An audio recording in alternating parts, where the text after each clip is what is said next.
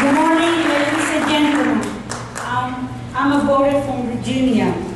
I'm a volunteer in Casa en Action, and I represent more than 80,000 members from Maryland, Washington, D.C., Virginia, and Pennsylvania. I'm from El Salvador. I came to the United States in 1980 with my mom and my 3 sisters. My mom got kidnapped in El Salvador, so she brought us to this country to save our lives and to have a better future. In 1986, I became president of this country. In 1997, I became a citizen of the United States. I worked very hard like any immigrant in this country. I went to school during the daytime, and I worked. My first job that I had in the United States was working in a construction company, breaking floor from the kitchen floor. And I worked during the weekend cleaning houses and working restaurants. In 2000, I became a nursing assistant working with the elderly and helping hospice patients in the last moments of their life. In 2000, for more than 20 years, I have worked with the community, helping the undocumented, fighting for human rights. My daughter-in-law, Gladys Revelo, she's the mother of my grandson, Gianni, and she qualified for DAPA, but because the Republicans have blocked DAPA, she doesn't have no papers right now.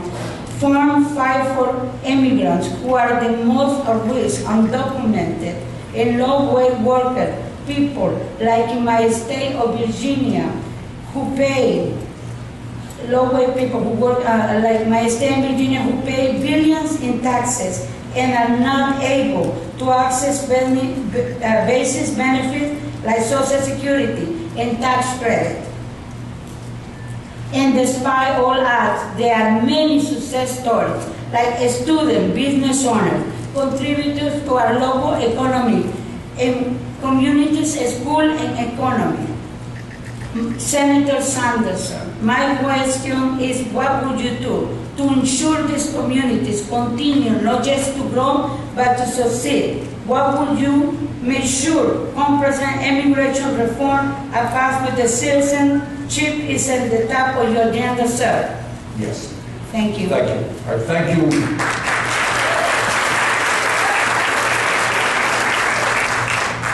Thank you for your courage. Thank you for telling us your life story, which reflects the life story of millions of families in this country. I think one of the saddest things that I have seen since I've been on the campaign trail is the fear that exists in many people that they can walk out on the street today and suddenly be deported. Mothers are worried about their children, children are worried about their fathers. That is not what America should be about. So what we have got to do is to fight as hard as we can and end that fear that exists by taking people out of the shadows immediately, as quickly as possible, and providing legal status. All right, that's number one. And number two, obviously, your point about people contributing into Social Security, not getting the benefits, you're absolutely right. And that is unacceptable. So what we have got to do, I mean, the goal is that we have 11 million people today who are living in fear. We have got to move as rapidly as we can to comprehensive immigration reform. We've got to rally the American people to demand that Congress does it. And we have got to have a president who will use the executive powers of that office to do the best that he or she can. That's all. Dr. Sanders, can I follow up Sure. on this question and ask you, in January 2017, and the first 100 days of a Sanders administration, would you make a priority to fight and pass comprehensive immigration reform with a pathway to citizenship in those first 100 days? You want the short answer? Absolutely.